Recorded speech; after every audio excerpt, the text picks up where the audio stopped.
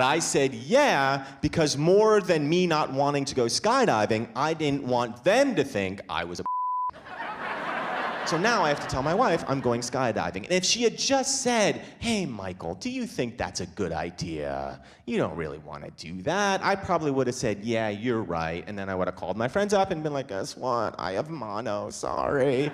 And that would have been fine, But that's not what she said. I walk in and I say, guess what? I'm going skydiving. And she says, you can't go skydiving. You're a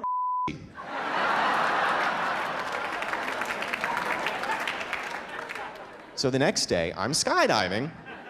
Is anybody here going skydiving? A few of you?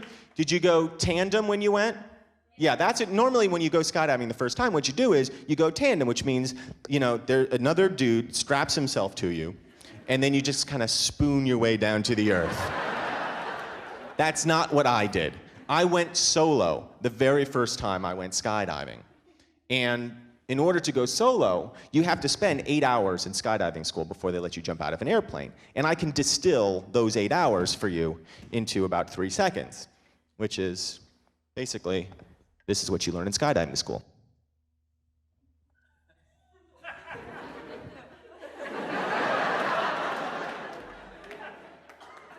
Not that hard. So we spend all day in skydiving school, and we get out, and then we get into this plane, and it's filled with skydivers, and it climbs to 13,000 feet. And then somebody opens the door, and then people just start falling out of the airplane. And that is really freaky when that happens, even when you're expecting it. Suddenly people are just disappearing out of the airplane. When you're like, what is happening here? Somebody close the door. People are falling out of this airplane. And now it's my turn. And so I get up and I walk over to the edge of the plane and they're going 1. And I'm thinking to myself, you know what? I don't have to do this. Like, there's nothing contractually obligating me to jump out of the airplane. I could just go sit down. 2, and I'm like, that's what I'm gonna do. And when I sit down, I'm even gonna do my little bit where I go.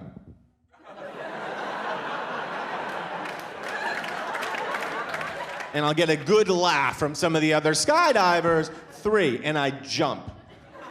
I jump without even thinking about it. I just jump. And suddenly, I don't know where I am. I don't know what is happening. I am just free-falling, in space. And what surprises me most in that moment is the sound. The sound is so surprising. It's this whooshing sound.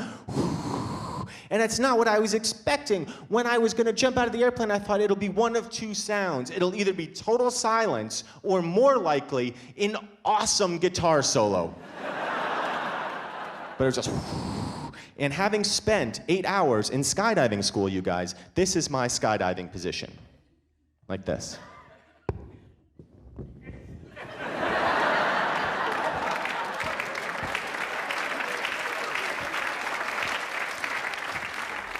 I am just tumbling head first towards the earth.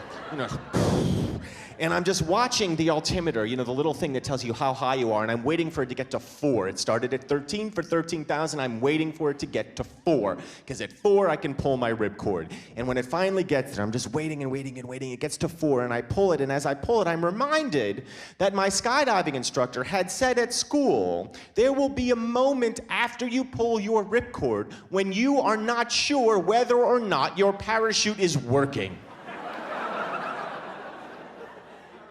Because it takes a little while for the air to inflate it, and if you've ever had a near-death experience, you know that time slows down. This is how I experienced that moment or 2.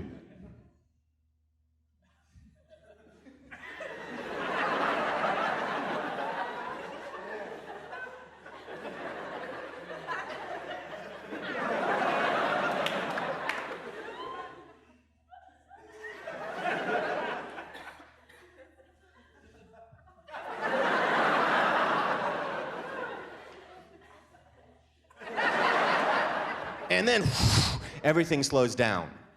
And I am 4,000 feet above the ground. My parachute has deployed, and I am safe and sound.